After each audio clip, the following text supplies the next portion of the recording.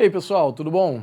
Olha, agora nós vamos trabalhar um outro movimento muito conhecido dentro do contexto de reforma protestante, que é a Contra-Reforma, né? A Contra-Reforma, acho que até pelo próprio nome, né, que esse movimento leva, já nos ajuda a entender, né?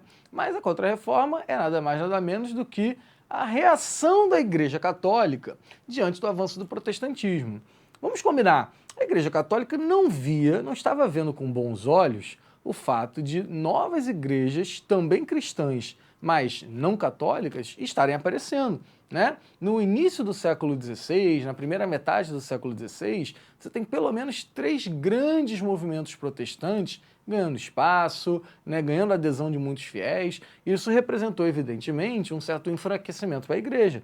A igreja viu seu número de fiéis diminuir, a sua influência diminuir, seu poder político diminuir, né, seu poder econômico diminuir também, evidentemente. Então, a igreja precisa se reorganizar. A igreja precisa, diante desse cenário, né, sentindo o baque do que foi esse primeiro momento de reforma protestante, precisa ver como agir diante disso, tá? E o nome que a gente dá para esse movimento, né, promovido pela igreja nesse sentido, é a Contra-Reforma, ok? Bom, nesse ponto a gente vai ver que a igreja vai convocar um concílio. O concílio é uma reunião, né, que dura, são várias reuniões, na verdade, né, que duram aí meses, às vezes duram mais de um ano, e que essas reuniões, elas são com a alta cúpula da Igreja Católica, né, com os membros aí do alto clero católico, e elas têm, no caso aí, o concílio foi o concílio organizado na cidade de Trento, na Itália, tá? O concílio de Trento reuniu, então, membros da Igreja Católica espalhados pela Europa, foram convocados para ver como lidar com os desafios que a reforma protestante impunha, com as críticas que os movimentos protestantes faziam à igreja e como tentar conquistar novos fiéis, reconquistar, aumentar o poder, enfim, não abaixar a guarda diante de um cenário tão adverso. E aí a gente vai ver algumas atitudes, né, que foram tomadas ao final deste concílio, ao final desta reunião. Bom, primeiramente, eles vão reorganizar algumas estruturas que já existiam lá atrás na Idade Média, como, por exemplo, o Index, que é uma lista de livros que eram proibidos pela Igreja Católica, por, evidentemente, trazerem, né, em seu conteúdo ideias, pensamentos, valores que contrapunham aquilo que a Igreja Católica defendia, evidentemente, tá?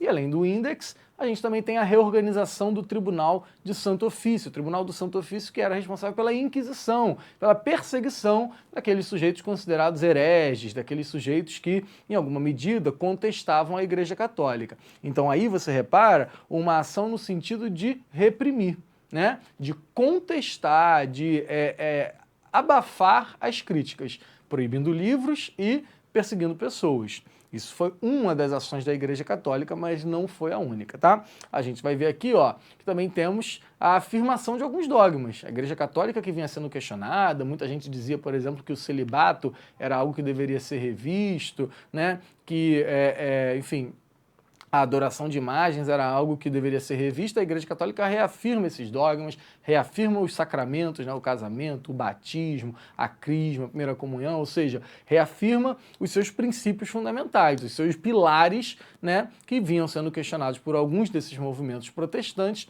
A Igreja Católica, ela não abre mão desses dogmas e destes sacramentos, tá?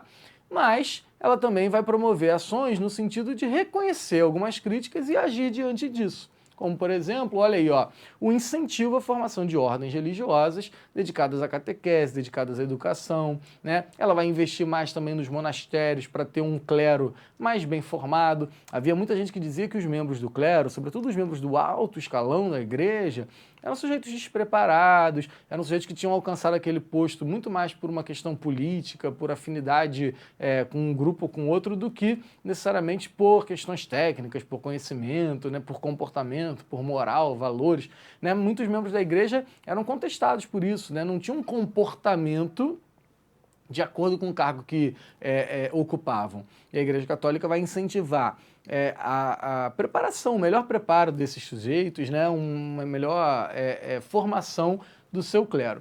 e também vai criar ordens religiosas, como, por exemplo, né, a ordem dos jesuítas, né, que nesse contexto, que é a mesma época que estão acontecendo as grandes navegações, a chegada dos europeus à América, a Igreja Católica vai enviar estes sujeitos para cá, essas ordens religiosas para cá, com o intuito de catequizar os povos nativos, catequizar os indígenas e aumentar o número de fiéis. Perfeito? A igreja também vai buscar, né, novos parâmetros para a cobrança, né, da venda de indulgências, né, para a arrecadação de dinheiro, cobrança do dízimo, enfim. A Igreja Católica vai buscar se reinventar em alguma medida, mas também vai buscar expandir o seu número de fiéis e também reprimir aqueles que, de alguma forma, contestassem as suas ideias, os seus valores e seus dogmas. Perfeito? Isso é a Contra-Reforma, né? A maneira como a Igreja Católica agiu diante deste cenário. É evidente que o avanço protestante era muito complicado para a igreja via que estava perdendo espaço e precisou reagir. Reagiu mais ou menos de acordo com o que a gente acabou de falar agora, reprimindo alguns movimentos, buscando expandir seu número de fiéis e também reconhecendo alguns equívocos e promovendo aí algumas reformas. Perfeito? Espero que eu tenha te ajudado a entender um pouquinho da Contra-Reforma. Um abraço, até o próximo vídeo.